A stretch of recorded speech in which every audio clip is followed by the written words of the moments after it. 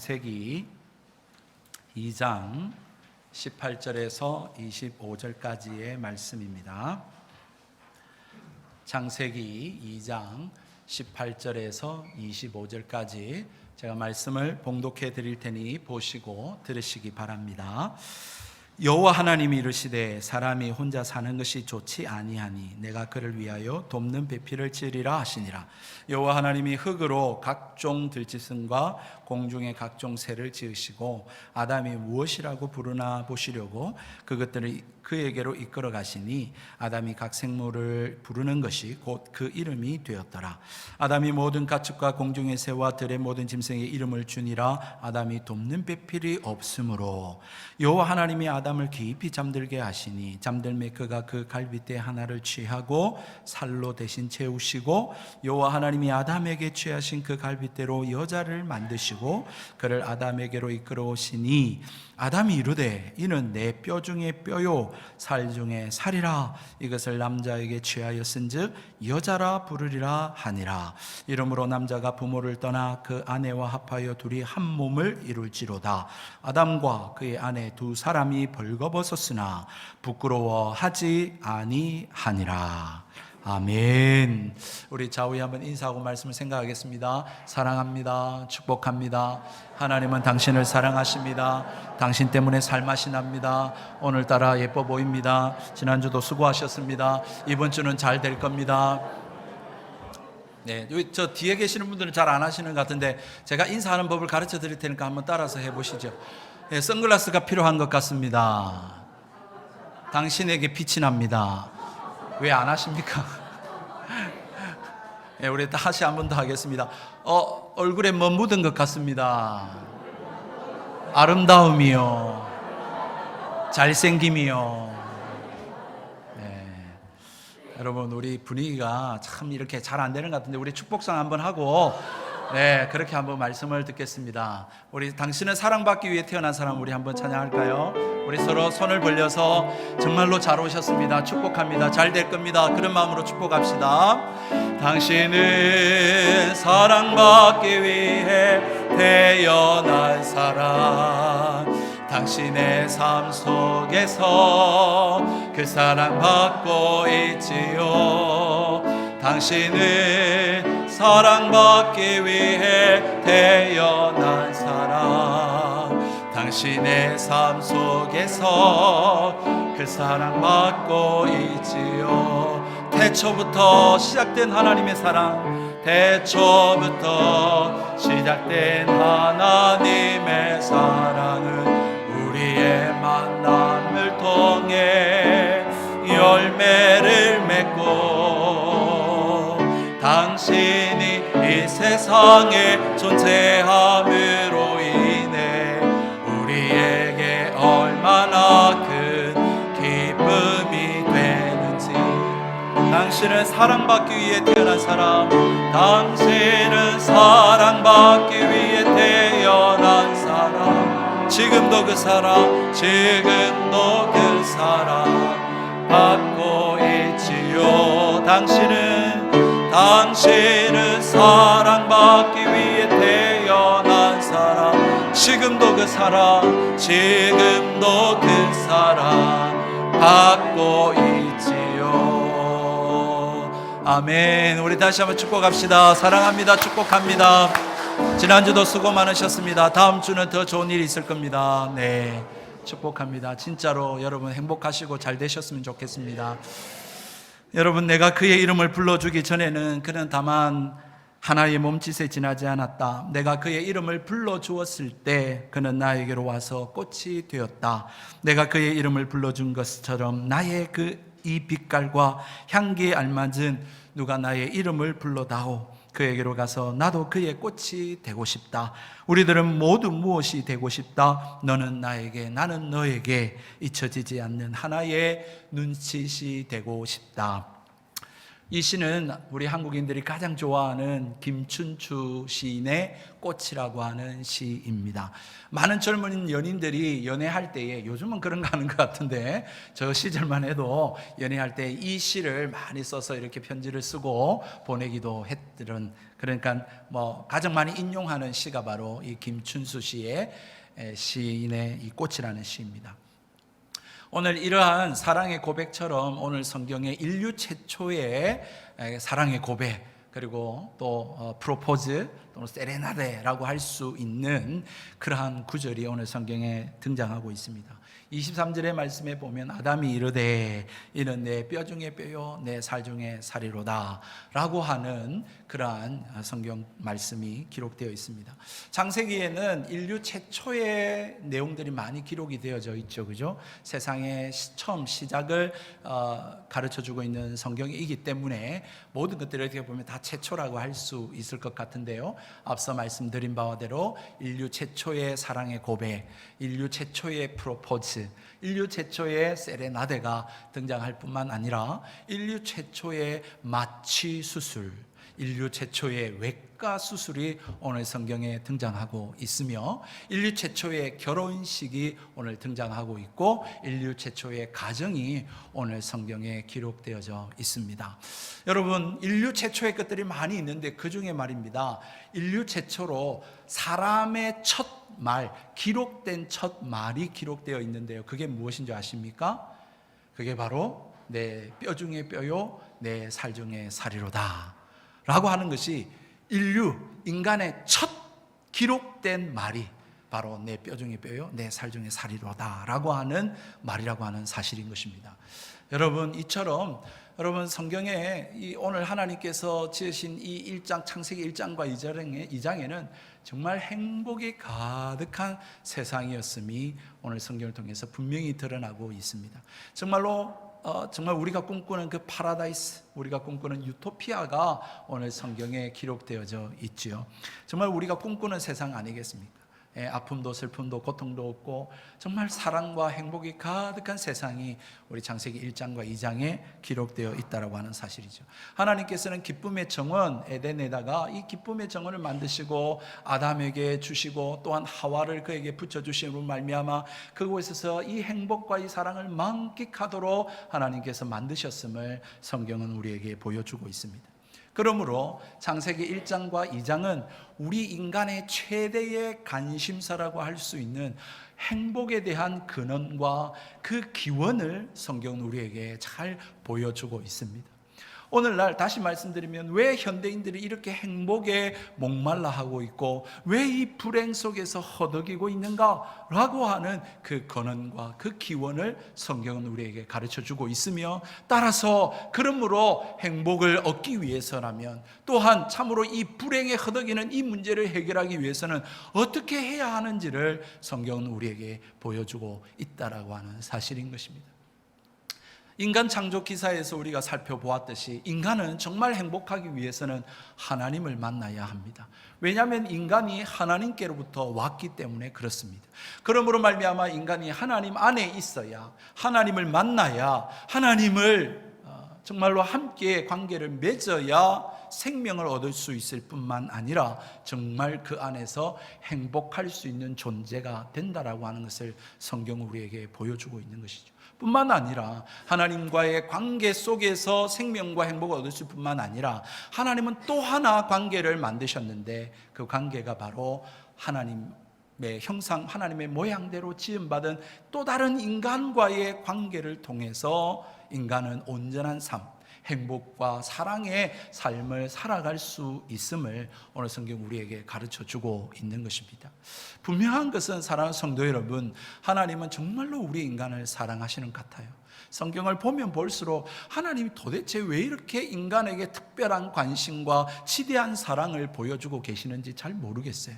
그런데 어쨌든 피조한 이 세상에 그 어떤 것보다도 사람을 하나님은 특별한 관심의 대상으로 삼으셨고, 또한 하나님께서는 이 인간에게 최고의 좋은 것들을 주기를 원하시고 계신다라고 하는 사실입니다. 그래서 하나님께서 창세 때에 이 기록된 내용들을 보면 하나님께서는 완벽한 이 세상을 첫째 날부터 여섯째 날까지 다 만드시고 마지막 날 화룡 전정처럼 인간을 만드셔서 그 세상에 두시고 이 세상을 정복하고 다스리고 번성하도록 하나님께서 그에게 이 세상을 위임하고 맡기셨다라고 하는 사실인 것입니다.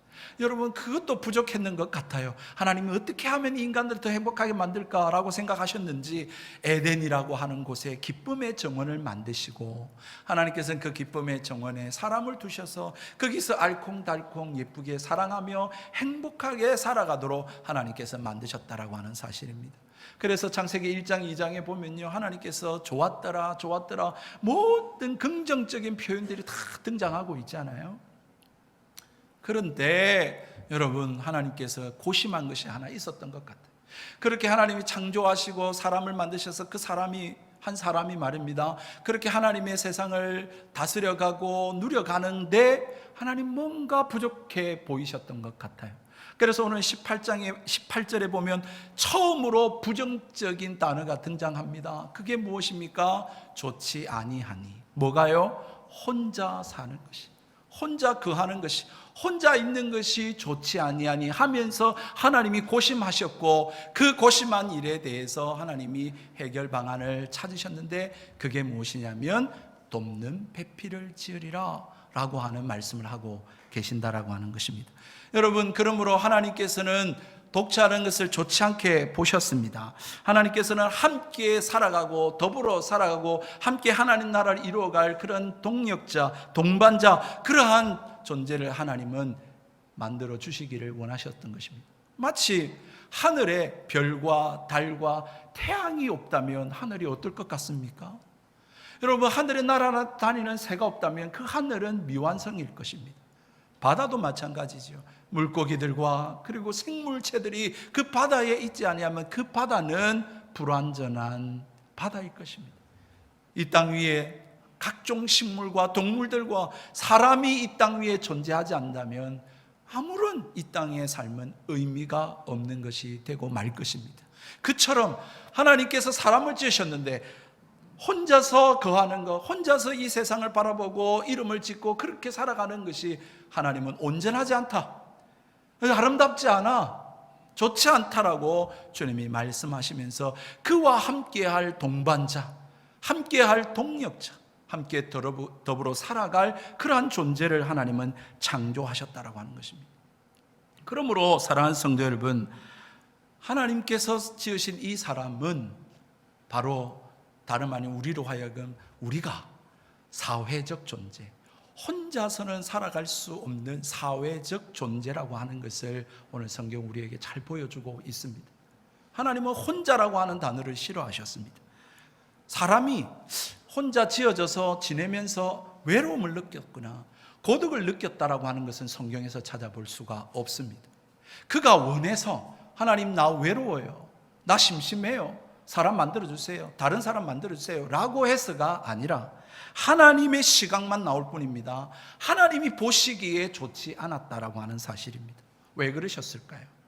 하나님과 교제하며 이 세상 창조물을 다스려 가기에 충분하지 않다라고 여기신 걸까요? 아니요, 그것으로도 충분합니다만, 그러나 하나님은 다른 사람과 함께함으로 이 세상을 함께 누려가고 온전한 하나님의 아름다운 세상을 이루어가기를 원하셨다라고 하는 사실인 것이죠. 그러므로 여러분, 소외라고 하는 단어, 왕따라고 하는 단어, 천상천하, 유아, 독존이라고 하는 단어는 성경적이지 않습니다. 그것은 하나님이 지으신 규범이 아닙니다. 하나님이 원하시지 않는 것입니다. 하나님이 원하시는 것, 하나님이 지으신 이 세상은 바로 사회적 존재로 우리를 지으셨을 뿐만 아니라 공동체를 창조하셨다라고 하는 사실을 오늘 성경 우리에게 가르쳐주고 있는 것이죠. 여러분, 예전에 제가 신적인 기관이 이 세상에 두 개가 있다라고 말씀드렸습니다. 하나님께서 이 세상에 친히 세우신 두 기관이 있는데 그 중에 하나인 교회 공동체는 우리가 잘 인식하고 있습니다. 그런데 여러분, 또 하나의 신적인 기관인 가정이 하나님이 지으신 신적인 기관이라고 하는 데서는 우리가 너무 간과하고 지내고 있다라고 하는 사실이죠. 아니, 어떤 의미에서 하나님께서 처음 지으신 신적 기관은 바로 교회가 아니라 가정입니다. 에드워드 기본이라고 하는 18세기의 영국의 역사학자가 있습니다. 그가 쓴 로마 제국 패망사라고 하는 책에 보면 어떻게 영원할 것만 같았던 로마 제국이 어떻게 망할 수가 있었는가라고 하는 그 원인을 여러 가지 다양한 각도로 그가 살펴보고 있는데요. 그 많은 원인들 중에 한 가지가 바로 가정의 파괴라고 예를 들었습니다. 여러분, 가정의 파괴로 말미암아 로마 제국이, 영원할 것만 같은 로마 제국이 망했다니까요. 여러분, 가정이라고 하는 것이 최소 기본적인 사회 단위입니다. 구성원조차도 가장 적은 수를 일컫고 있는 사회 단위입니다. 그럼에도 불구하고 그 가정이 무너짐으로 말미암아서 여러분, 이 사회의 윤리와 도덕이 문란해지고, 또한 가정이라고 하는 그 결속력이 와해됨으로 말미암아 사회 질서가 깨뜨려지고, 따라서 국가와 민족이 도미노 현상처럼 영향을 받아 무너지게 되었다라고 하는 것이 바로 이 역사학자의 그러한 진단이라고 하는 사실인 것입니다. 사랑하는 성도 여러분, 진실로 우리가 기억해야 될 것은 독처하는 것이, 혼자 사는 것이 좋지 않다라고 하신 것이 우리가 아니라 하나님이 그렇게 말씀하셨다라고 하는 사실입니다. 홀로 지내는 것이 적합하지 않아 라고 말하신 분이 하나님이라고 하는 사실을 우리는 주목해야 됩니다. 여러분, 우리가 원하지 않았다고 말씀을 드렸습니다. 우리의 생각은 고려되지 않았습니다. 지극히 하나님께서 이 세상을 바라보시면서 무엇인가 부족한 것 같은데, 그것은 바로 혼자 사는 것이 아니라 함께 더불어 살아가야 하는구나, 그런 생각들을 주님이 가지셨고, 그래서 사람으로 하여금 그와 함께 할 사람을 지으심으로 이 세상을 온전케 하시고 1장 31절에 말한 대로 심히 좋았다라고 하는 평가를 그제서야 내리게 되셨다라고 하는 사실이죠. 그래서 하나님 만드신 게 가정이고 결혼이라고 하는 제도라고 하는 것입니다. 하나님께서는 여러분 창조주 하나님이십니다. 하나님이 평가자이십니다. 뿐만 아니라 하나님이 수정자이시죠. 그래서 하나님이 보실 때 아름답고 하나님이 보실 때 온전한 대안은 무엇이었냐? 배필을, 돕는 배필을 말미암아, 지음으로 말미암아, 그에게 허락함으로 말미암아 그것들을 온전하게 하기를 원하셨다는 것입니다. 그런데 문제는 어디에 있습니까? 문제는 우리에게 있죠. 오늘 성경에 18절 말씀에 돕는 배필이라고 하니까 마치 그렇게 해서 지어진 여자라고 하는 존재가 남자보다 하등한 존재로서 여기게 된 것입니다. 여자를 열등한 존재로 여긴 게, 아, 나를 돕는 자구나, 그러면 내보다 열등하고 하등한 존재겠군. 여러분, 여기서부터 우리 인간 사이에 많은 문제들이 발생하게 되어졌다라고 하는 것이죠. 여러분, 그런데 히브리어 이 성경의 말씀에 보면 이 돕는 배필 했을 때 이 배필이라고 하는 단어에서부터 여러분 그러한 차등을 나타내고 여자가 남자보다 못하다라고 하는 뉘앙스를 절대 품고 있지 않습니다. 여러분, 첫 번째로 이 배필이라고 하는 단어는 이 네게드라고 하는 단어라는 뜻은 어떤 뜻이냐면 그 앞에서 마주보고 서 있는 이라고 하는 뜻입니다. 그래서 18절 마지막 부분을 직역해서 말씀드리면 이런 것입니다. 나는 그를 위해 그에게 그 앞에서와 같이 돕는 일을 만들 것이다 라고 하는 단어가 돼요.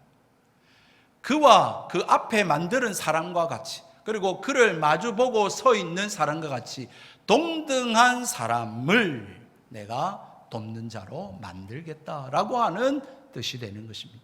마치 말입니다. 남극과 북극, 양극으로서 이루어진 것처럼 남자와 여자가 동등한 존재로서 지어져 살아가고 이 사회를 구성하게 될 것을 성경은 말씀하고 있는 거예요. 또 하나 더 보십시다. 이 돕는 이라고 하는 단어에서 굉장히 많이 오해를 하시는 것 같아요.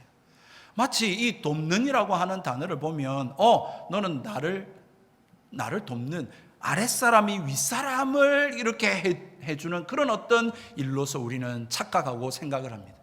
그런데 우리가 가만히 생각을 해보십시오. 여러분, 돕는 것은 힘이 있어야 돕지 않습니까? 내가 가지고 있어야 도와줄 수 있는 것 아니겠어요? 그러므로 어떻게 아랫사람이 힘없는 자가 돕는 것으로 표현할 수 있겠습니까? 그렇지 않는 거예요. 이 돕다라고 하는 히브리어 에제르라고 하는 단어는요, 하나님과 이스라엘 관계 속에서 사용된 단어입니다. 하나님께서 이스라엘을 돕는 자라고 할 때에 이 에제르라고 하는 단어를 썼단 말이에요. 여러분들 잘 아시는 대로 사무엘상 7장에 보면 여호와께서 여기까지 우리를 도우셨다라고 할 때에 그 돕다라는 단어 에벤 에셀, 그 비석을 세우면서 에벤 에셀이라고 하는 이름을 지었지 않습니까? 거기에 쓰였던 단어가 바로 이 에젤입니다. 에벤 에셀, 이런 뜻입니다. 그러므로 여러분, 이 하나님께서 돕는 배필을 지으셨다고 했을 때 이 돕는이 분명히 지어진 여성을 나타내고 가리키는 용어임이 분명합니다만, 그러나 이 에제르라고 하는 단어는 사실은 남성형 동사입니다. 우리나라 언어에는 이런 여성 남성이 없지만 여러분 독일어라든지 이 히브리어에는 이 남성과 여성형이 있는데 이 에제르라고 하는 단어가 남성형이에요. 그러므로 결코 이 돕는 배필이라고 했을 때 하등하고 열등한 존재가 나를 돕기 위해서 지어진 것이구나 라고 하는 의미가 아니라는 거예요. 여호와 하나님께 이 에젤이라는 단어를 쓴다니까요. 여호와 하나님이 더 능력이 전능하신 하나님 아닙니까? 그 하나님 이스라엘을 돕는 분 아니십니까? 그런데 어떻게 그렇게 쓸 수 있겠어요?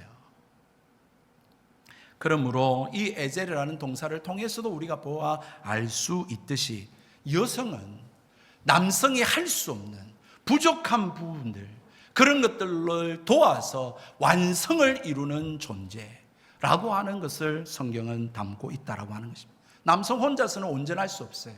이룰 수 없어요. 그것을 도와줄 힘 있는 존재, 그 존재가 바로 여성이라고 하는 것을 성경은 말씀하고 있는 것입니다. 또 하나 더 살펴볼 것은 갈비뼈로 만들어졌다라고 하는 것입니다. 오늘 21절에 보니까 갈비뼈 하나를 취하여서 하나님 여성을 만들었다고 하니까 마치 남성들이 여성을 어떤 부속물, 남성의 어떤 부속물로서 여기면서 그렇게 대해 왔던 것 같아요. 그러나 여러분, 이 갈비뼈라고 갈비대라고 번역된 이 젤라라고 하는 히브리어는 여기서밖에 이 단어로 쓰여지지 않았어요.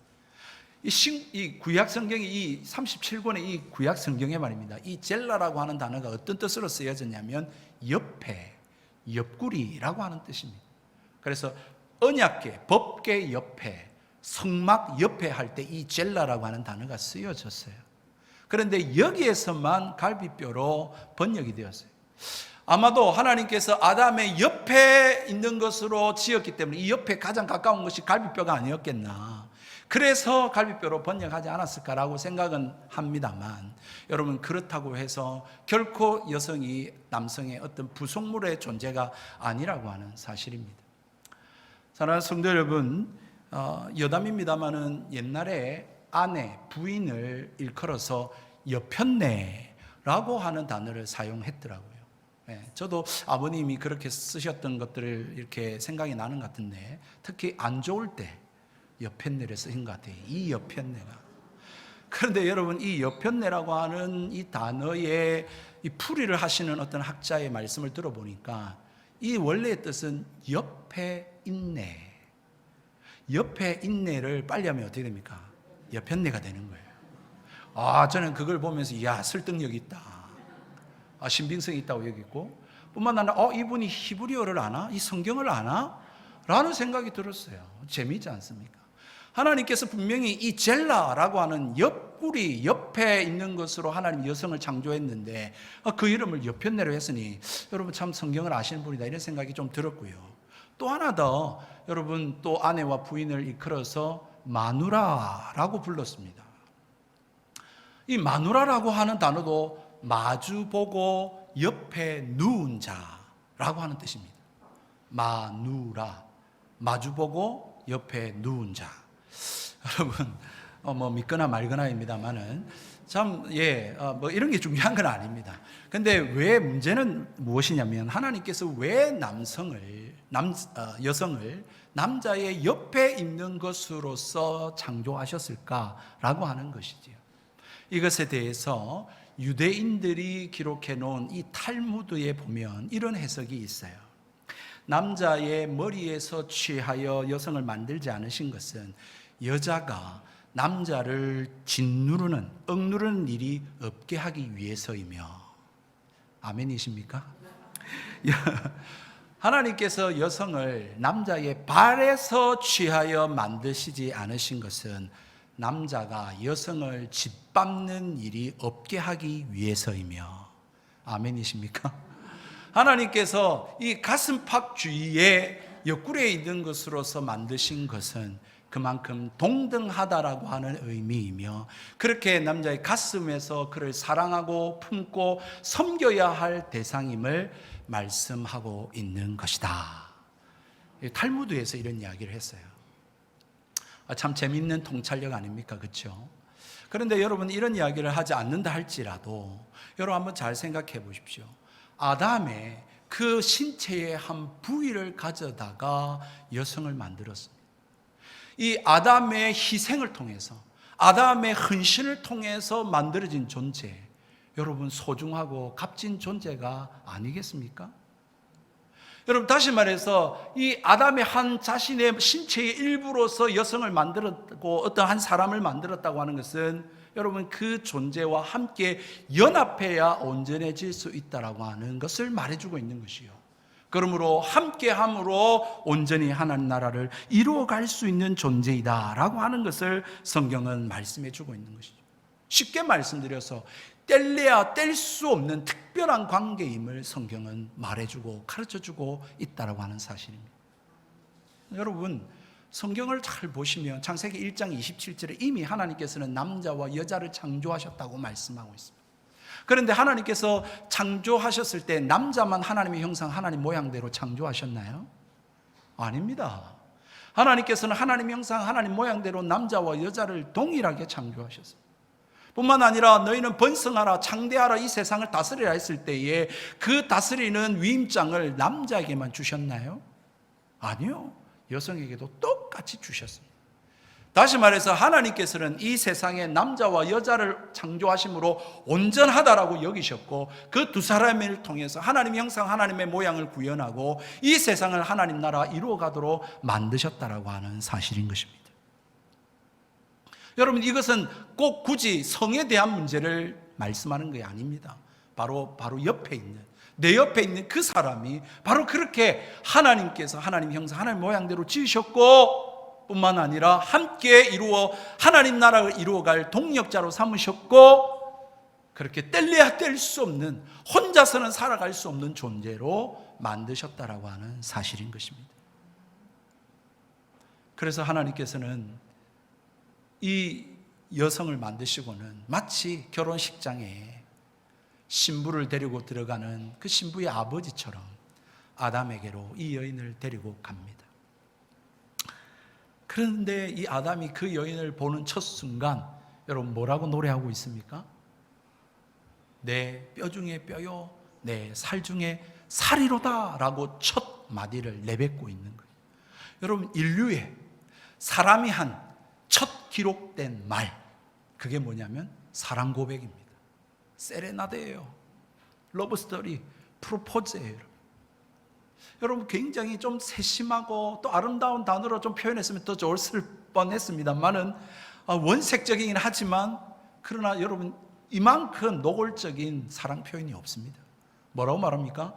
당신은 냅니다. 내 뼈에 뼈요, 내 살에 살입니다. 여러분, 이것이 그냥 아무런 표현이 아닌 것 같지만 히브리인들에게는 이 살은 가장 연약한 부위를 말합니다. 이 뼈라고 하는 것은 가장 강한 부위를 이야기합니다. 다시 말하면 아담이 하와에게 뭐라고 말하냐면, 당신의 연약함에 대해서 나의 강함으로 당신을 지키겠습니다 라고 하는 헌신과 충성에 대한 서약이요 맹세를 담고 있는 거예요. 그렇게 결혼식을 이루고 있는 거예요.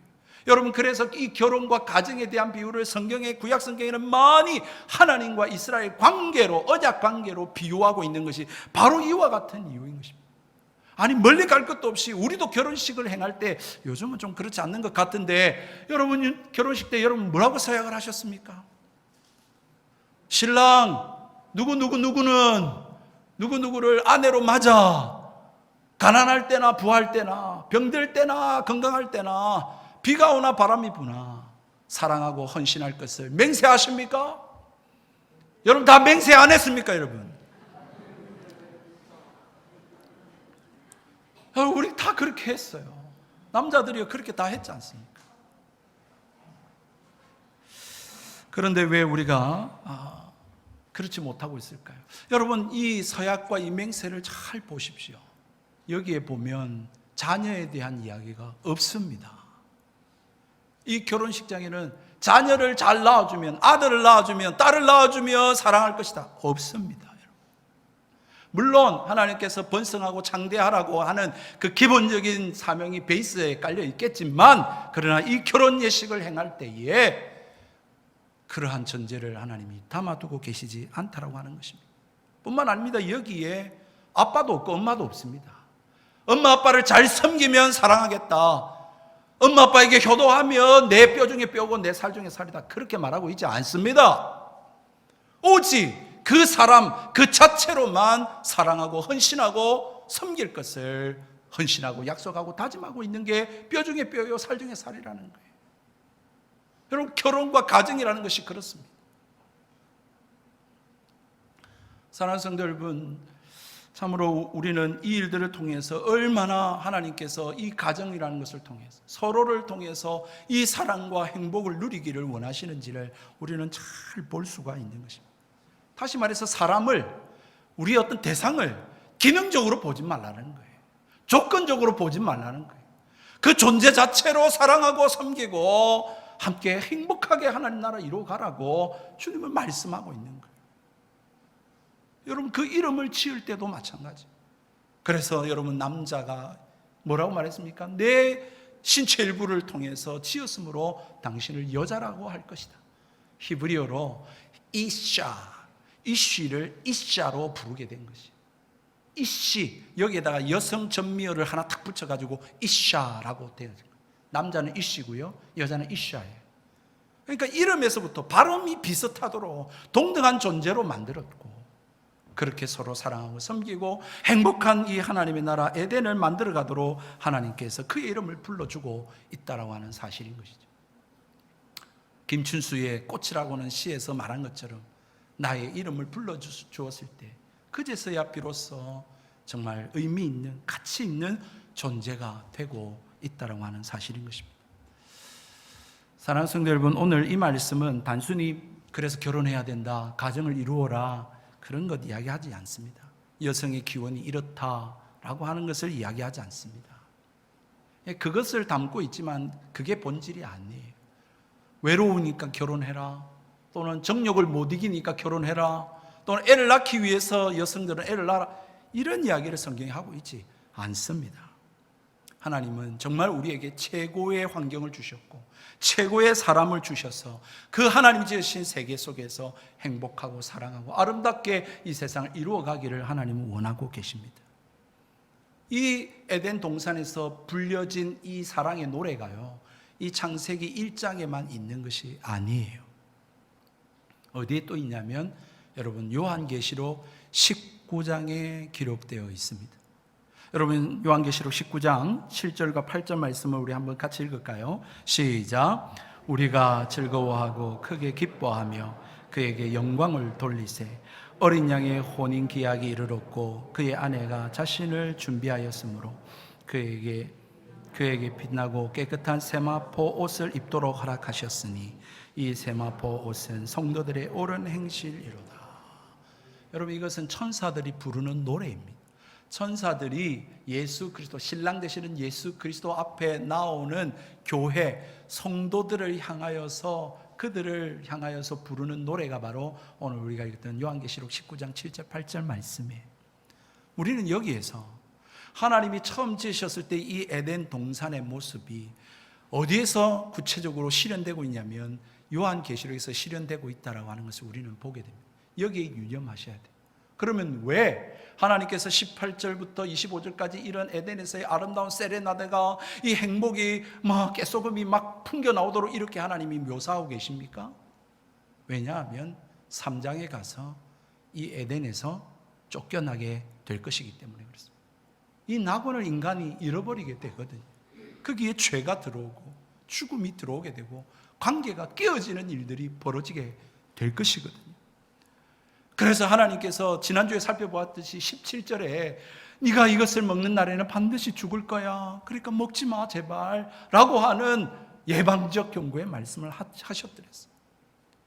뿐만 아니라 오늘 25절의 말씀에도 벌거벗었으나 부끄러워하지 아니했다라고 하는 말씀 속에도 그때는 그랬는데 라고 하는 것이 암시되어져 있는 것입니다. 왜 이런 일이 벌어졌습니까?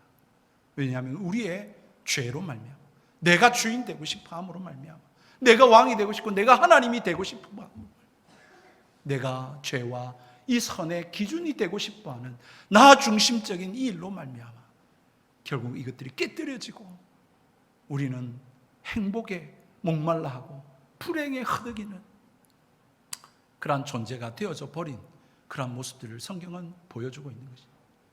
하나님은 그걸로 결코 끝내지 아니하실 것을 오늘 성경은 말해주고 있는 것입니다.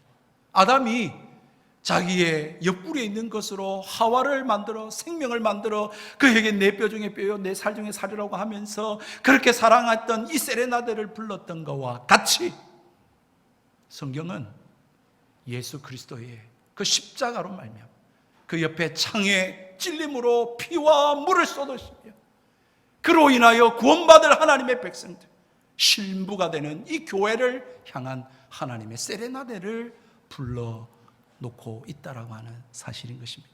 그걸 보여주고 있는 거예요. 이런 관점에서 바로 아담은 마지막 아담이신, 참된 아담이신 예수 그리스도를 보여주는 그림자요 모형이라고 하는 사실인 것입니다.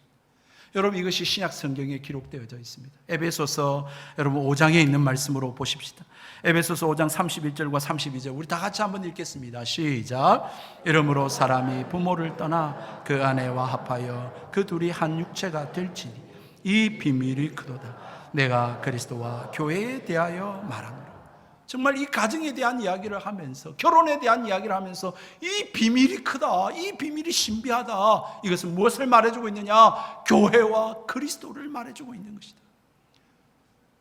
이 낙원을 잃어버리고 죄로 말미암아 죽어버리고 가정을 이루었으나 서로 원수 관계가 되어져 버린 이러한 죄로 물든 이 세상을 하나님 내버려 두시지 아니하고 다시금 이 기쁨의 정원 에덴을 회복시키시고 이 아름다운 사랑의 세레나데를 부를 수 있는 가정으로 삼기 위해서 하나님은 독생자 예수 그리스도를 이 땅에 보내셔서 십자가에 못 박혀 죽게 하시고 장차 그를 주로 구주로 믿는 자들을 저 영원한 하나님 나라 천국에 들이시고 그들을 회복시키실 것을 보여주고 있다라고 하는 사실인 것입니다. 그러므로 사랑하는 성도 여러분, 예수님을 구주로 믿으시기를 주의 이름으로 축복합니다. 정말입니다. 정말 하나님께서 우리를 사랑과 행복으로 초대하고 계십니다. 정말 우리가 사랑하고 서로 행복할 수 있는 그 근원과 그 기원은 어디에 있냐면 예수 그리스도 안에 있습니다. 하나님 안에 있습니다. 그 안에 있을 때 서로 사랑할 수 있습니다. 서로 양보할 수 있습니다. 서로 용서할 수 있습니다. 서로를 위해 희생할 수 있습니다. 그럴 때의 행복이 가져다 주고 온전히 이루어질 수 있다는 사실을 성경은 보여주고 있다고 하는 사실이죠. 정말 이러한 삶을 누리는 저와 여러분 되기를 축복합니다. 그러한 여러분들의 가정 되기를 축복합니다. 정말 그러한 우리 일산백석교회가 되기를 원합니다. 정말로 나를 부인하고 서로 사랑하면서 예수 그리스도를 닮아가면서 그렇게 남편을 사랑하고 아내를 사랑하고 그리고 우리 옆에 있는 한 분 한 분 하나님의 형상 하나님 모양대로 지은 이 사람들, 사랑받기 위해 태어난 이 존재들 사랑하고 섬기고 위로하고 격려하고 기도하며 그렇게 아름다운 하나님 나라 맛보며 살아가실 수 있는 그런 저와 여러분의 삶이 되기를 주님의 이름으로 축복드립니다. 우리 함께